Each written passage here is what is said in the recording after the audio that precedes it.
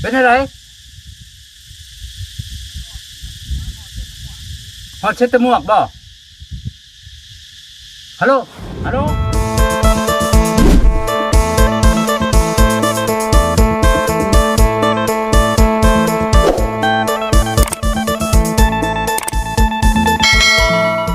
จมอย่างเด้ประตูนี่เนาะ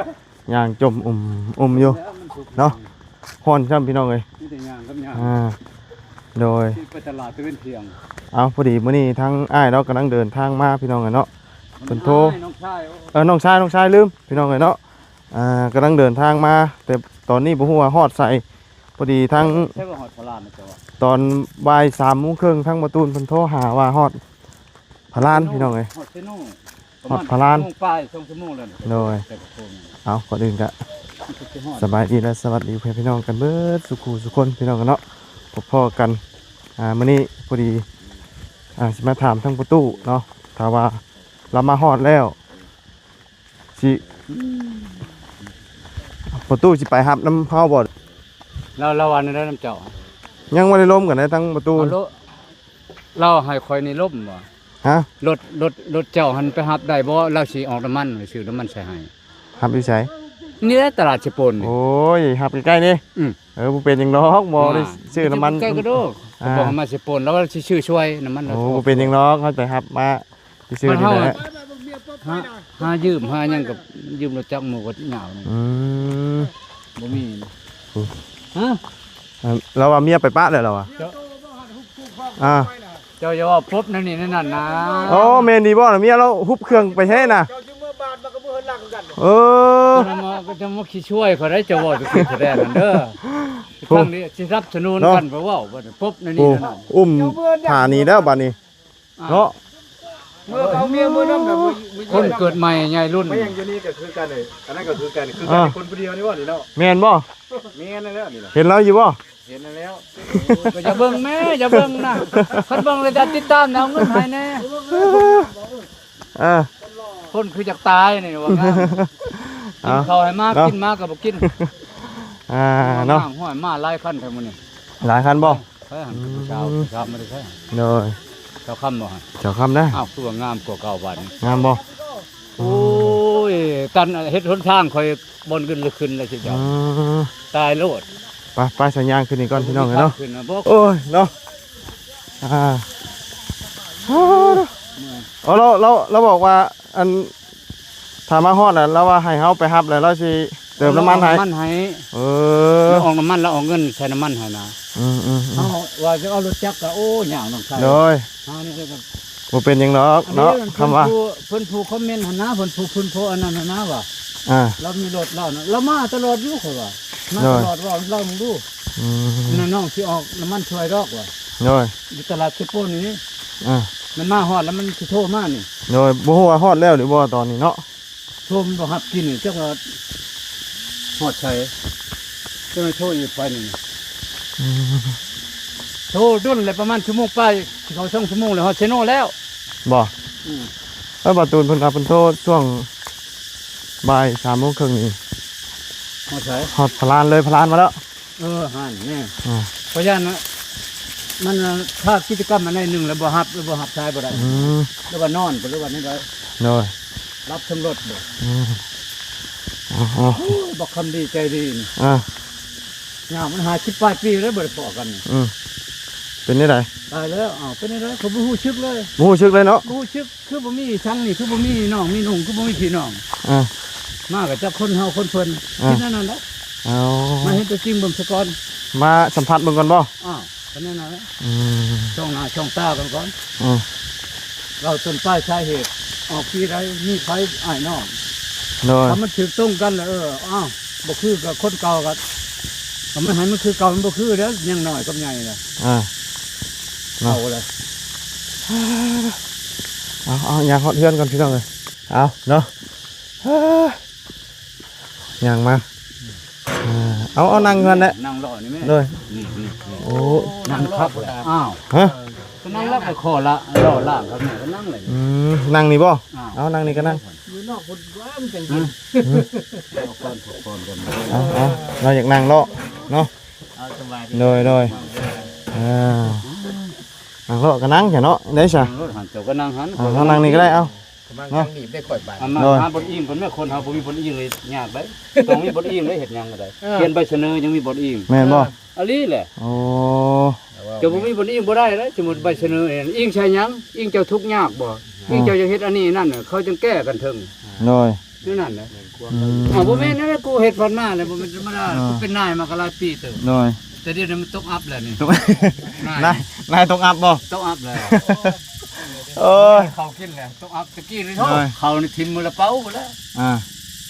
ว่าดอกทิ่มมือละเป้าเขาเรือเลยนะหนูบ้านให้ไก่ให้เป็ดตอนอยู่ทหาร อ่าโดย มานี่โอ้ยตาย เอาเนาะบ่ฮู้ว่าเดินทางมาฮอดสายแล้วพี่น้องเอ้ยกดกาบ่ง กดกลางดูเนาะฮอดค่ำบ่แฮงแล้วเนาะ ครับจังโมงละ โอ้สิ5:00 นแล้ว หาโมงยังเป็นสิแม่น ย่างคืออะไรค่อยย่อยเช็คเบิ่งบางเทื่อมันบ่คำสิได้ประมาณนั้นสิได้ไปรับมาเนาะ มันทำกันแล้ว มียังเตรียมต้อนรับทั้งนี้ โอ้ยคือเมียชื่อไก่น้อยตัวนึงบ่ มีสิไก่น้อยตัวหนึงโอ้สิไก่น้อยเตรียมต้อนรับมันยังให้ชื่อเป็ดหาเป็ดไว้ทาเด้อเป็ดอันชื่อแล้วเพราะว่าแม่เฒ่าว่ากินบ่ได้เป็ดอันนั้นไอ้น้องมาดับเถื่อแล้วกินบ่ได้รับเอาอีกเขาเปลี่ยนเอาไก่เข้าแล้วแม่นั้น ยันเลยว่าอันยังเพิ่น เป็ดมันบ่เอาเป็ดกาบแม่นคนเป็ดกาบนี่แม่นใครก็ถือเอาเป็ดกึกเอาเลยเป็ดกึก น้อย ตัวแสนปลาย2แสนปลายเป็ดหมดแน่ กุมภายันอันน่ะ แม่เฒ่าว่ากินบ่ได้ มาเลยสร้างกัน ทำกับฮีดเขาดอกฮีดเฮานี่กินได้เป็ด น้อย นี่เห็นมันอ่อนนี่มันน่าได้บักนกแก้วนี่อ้าวบ่อ่อนบ่โตบ่ ลองเบิ่งถามมึงดูเนาะแต่ว่าทั้งประตูนเพิ่นได้โทษตอนนั้นว่าฮอดเลยพลานมาแล้วแล้วบัดนี้ถ้าฮอดมาฮอดนี่เราสิโทรหาทั้งประตูนเพราะว่าเรามีเบอร์ประตูนเนาะเราบ่ได้มีเบอร์เฮาติดบ่ ชวดเสียงรถ ให้ฟังดู เนี่ยปวดลำโพงฮะเป็นอะไรฮอดเช็ดตะมวกบ่ฮัลโหล หาฮอดเซตตะมั่ว เต็มเลยนี่ก็ ประมาณ6:00 น 7:00 นพุ่นเนาะตามเพิ่นมาเมื่อกี้นี่มา6:00 น ว้าว มัน เช็ดตะมวกแล้วมึงพินบ่ แม่น มึงพินจังเฮาเนาะ แม่นบางที ไปเดี๋ยวไปตรงเมือง โดย เอาเช็ดตะมวก ก็ ก็ว่าชาเดี๋ยวเขาโทรที่ฮอดเชโน่แล้วประมาณ2 ชั่วโมง มันรถโดยสารเด้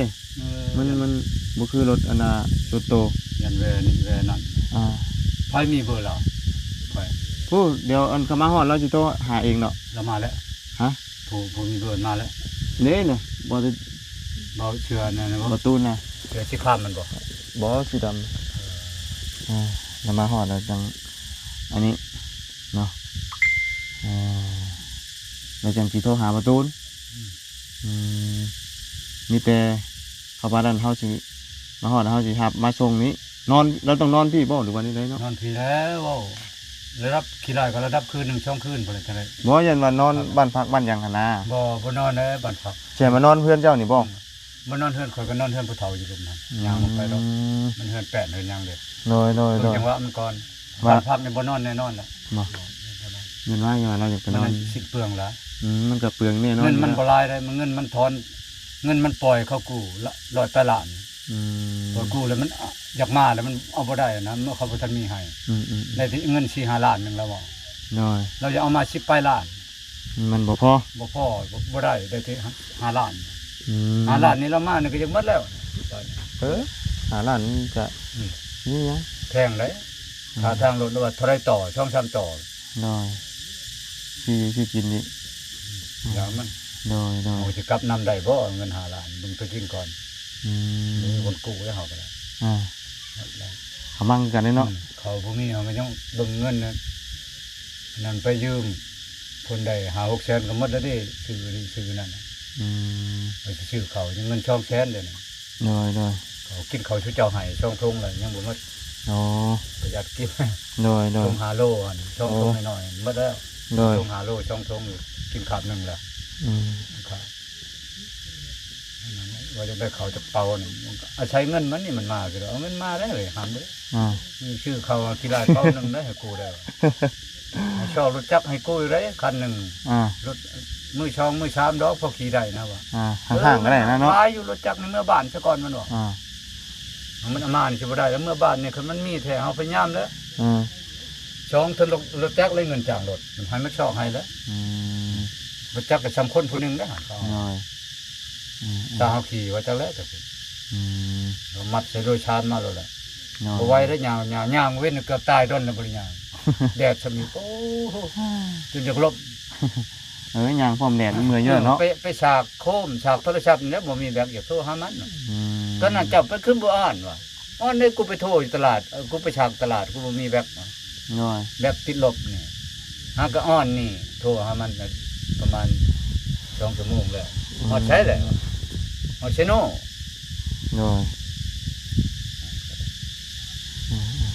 ตอนนี้นะฮอตเซตมวกแล้วเนาะ5 โมงเลยเด้5 โมงแล้วพี่น้อง2 นาทีของเฮาเนี่ยเอาเนาะมีแต่เรามาฮอดพุ่นแหละจังเด้อ่อนนี่เด้มันอ่อนนี่เด้โดยจังว่ากันทำดีใจดีน้องชายหลาเลยกูคิดหอดมึงแห้งกูคิดว่ามึงตายเลยว่ะเขาจนแจกเขาแจกน้ำกูจะไปแหละไปบอกไปว่ากูไปผู้เดียวอ่ะมันว่าจะเอารถมารถคนใดมาโอ้พอแห้งมึงน้ำมันเท่าไรจ้ะวะรถคนใดมันขับบ่ได้มีลูกชายครับลูกชายบ่ขับมาเลยมาจ้างรถเอาว่าจ้างรถเอาแล้วเอามายังคนใดครับว่ามันคือเงือกนี่โอ้มันไกลกะเปลืองน้ำมันแน่เปลืองแล้วแมนยูอันนั้นกินกระชวนธรรมดาเนี่ยบ่เปลืองแต่มันต้องเปลืองแล้วมันไกลแหละแอปสร้างให้บ่เทียบสร้างบ่อันกินนะเด็กเพชรเมียคนนี้คนเราอ่านยากตัวไทยตัวยังหนึ่งจักมันยังมันเขียนวัยรุ่นกำลังติดสั่งติดแตกนี่เขาว่าวัยรุ่นกำลังติดแต้มบ่แม่นติดแตกไม่ยังแตกเขาว้าเขียนเป็นทีแสดงเขาวัยรุ่นไฟแรงคืออยู่วัยรุ่นนะช่างทงเป่าทงยังไปใส่ไปเลยเซตไปน่ะเซตเมียเขาเลยเมียกับฮูกมันเลยนี่เลยไทยผู้จับตัวไทยนะฮะอยู่ใช่ละกำลังติดแตบอยู่ใช่ละอยู่บนใดเนาเพื่อนนี่นี่แต่คนถูกหันได้5 โมงเลยชุนๆนั่นน้อยเนาะทั้งนี้ก็หาไก่เนาะตอนหับเนาะแต่ว่านอนนี่พุ่นน่าจะนอนเทือนเฒ่าเนาะกวางมีกวางแน่มันมาลินจะให้มันมาลินอยู่นี่ยามมาลินมาเบิ่งนะมันเบิ่งตัวจริงแน่ของอ้ายเป็นไปทหารหา10-60 ปีเพื่อนอ้ายแบบนี้แหละต้องหาวิธีช่วยกูบ่ได้นึ่งรถจักรอีห้างช่องเงินเล็กๆน้อยๆเขากูต่อยอดชีวิตกูมาในป่นแล้วบ่ได้นี่น่ะบ่ปุ่นดอกปุ่นด้วยคำเว้าบ่ดาดไปดาดมานี่แหละป่นในคำเว้านี่แหละนี่นะเบิ่งเอาเพื่อนมึงได้กูเห็นอยู่ในเพจในโทรศัพท์มื้อนั้นเพื่อนแป้นตึงบักใหญ่ลูกชาวก็ชาม4ชาวโอ้ยแต่ผัวแล้วก็มีเนาะเดี๋ยวเมียคนมันขึ้นมาผีเลยอยู่ทีขึ้นมาผีอยู่ลายบ่อนลายทีอ่อนได้คนก็ได้ไปเล่นเนาะอยู่นี่แหละใกล้ๆกันมันคนไปจากชูนานะเมียครับไปชูนาแขกคนนั้นมันกี่คุยกี่โมงจักแนวได้นอกก็บ่ปันได้เลยคนเป็นกันเองโลดแขกคนมาแต่ใส่กระยาบ่โน่โหบน อยู่นั่งร่มนั่งแอนโอ้มัก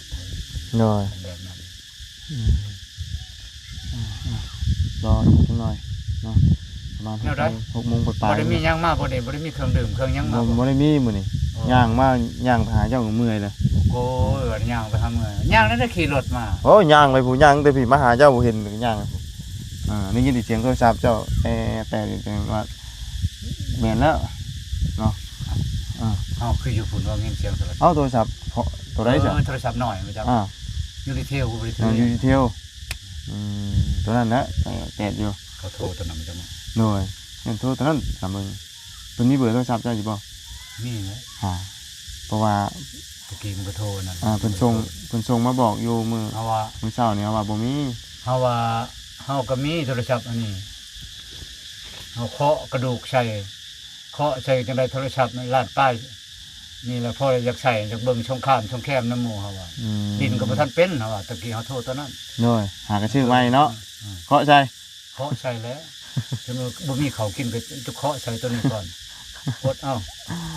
มันได้คือหมู่คือตาก่อนเด็กน้อยทอเพียงแอวนี่ก็มีมัดโตโอ้ตอนนั้นกินเงินเดือนคือด้านจักอยู่ใช้เงินเดือนน่ะ หน่อยเนาะ อ่อนมี3-4 คนอ่อน นี่แหละเขามาหาทางประตูเนาะว่าเราจะไปหับเองบ่เด็กพี่น้องเนาะมีแต่ถ้าเรามาฮอดเราโทรหากันมันออกไปหับมาส่งเราพี่น้องเนาะมาส่งหาอ้ายเรา บ่มาฮอดตลาดสิโปนให้โทรมาหาเฮาบ่ หน่อย เฮาจะคนคั่วบ่คนคั่วก็เฮาสิไปตอนน่ะพากันย่างมื้อคืนก็ยาช่องไอ้น้องไต่โคมมา ย่างไปหับ บ่ย่างแล้วเบิ่งรถเบิ่งเงินก่อนนะคนคั่วก่อน ย่างมารอบนึงเลยรอบนึงมันชื่อปิ้งเล็กปิ้งหันกับเล็กขีบมาสิฮอดห้องในใกล้สิฮอดบ้านมันลืมอยู่เฮือนมาช้อนพอดีกลับเอาอีกฉากโทรศัพท์อยู่เฮือนมาช้อนนี่อยู่บนครัวหั่นน่ะเฮือนอยู่ครัวนี่ เพราะย่างไปไกลดีเนาะ โอ้สิตายกูอยากเข้าปานนั้น มันก็เป็นกิโล ไปพุ่นก็ มันเป็นเกือบ2 โลเนาะ กินน้ำหวานถ้วยเดียวก็บ่ได้กินหยังบ่มีเงินประหยัด หน่อย ยังลูกสาวเมียเก่า ลูกสาวเมียเก่ากับลูกสาวเจ้าที่เพิ่นก็มาเล่นเรื่อยอยู่บ่ มาแล้วตะกี้ว่าแม่มันมากับทัวร์ใหม่มันอยู่ไทยมานี่มันบ่ชูมาที่แม่มันบอกจำตะกี้มากูมือกูเช้ากูแรงเพราะอยากขนมก็แล่นมาเจ้าของนี่นะโทรศัพท์นี่กูมือตอนเช้าตอนแรงเฮียนี่บ่ชูมาแล้วค่าพอใหม่เพิ่นเอาพอใหม่มาจากไทยเด้รถช่างน้อยรถหน่อยได้มาแต่พุ่นเด้ ขี่รถมาเลย รถมาจากเมือง บ่เพิ่นขี่รถมาเลยบ่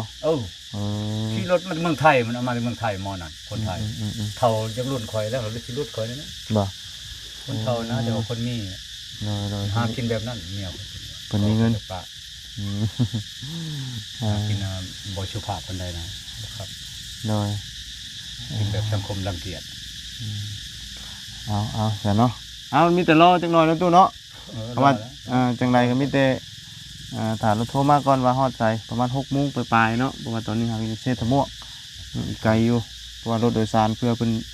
จอดขึ้นรถลงรถเด้นี่แว่นั่นเด้น้อยรถเฮารถส่วนตัวเฮาได้ดงๆมาไปใช้ก็ตั้งใจไปหั่นน้อยอันนี้อยากซ่าแน่เนาะรถส่วนตัวเฮาเฝ้าหลายเฮาก็เหยียบเด้เนาะอันนี้เพิ่นเอาเครื่องเอาของลงอีกบาทนี่ไปสาธุเนาะอยู่ดีพี่แห้งเดี๋ยวจังน้อยก็ได้พ่อแล้วแต่ว่าทั้งนี้ชื่ออยู่แล้วว่าเพราะว่ามันไม่ได้พ่อกันเนาะชื่ออยู่เคยอยู่ผู้เดียวใช่ชีวิตผู้เดียวไปสบายดีนะตู่เด้อโดยเบิ่งโทรศัพท์เนาะเบิ่งโทรศัพท์กันพี่น้องเลยเนาะถ้าออกมาแต่กับบตื่นเต้นปานใดซ้ำผูมาแล้วพี่น้องเลยเนาะผูมาได้ตื่นเต้นก็ต่างกันหลายเนาะเพราะว่าผู้นี่โบได้ติดตามหาเด้ทั้งผู้น้องผู้ติดตามหาเพิ่นก็ต้องคิดฮอดคิดถึงพี่น้องเนาะไปสำหรับคลิปนี้ลำลาก่อนพบเจอกันใหม่ขอบคุณไว้พี่น้องเอฟซีเด้อที่ติดตามรับชมพี่น้องห่อนครับไปส สบายดี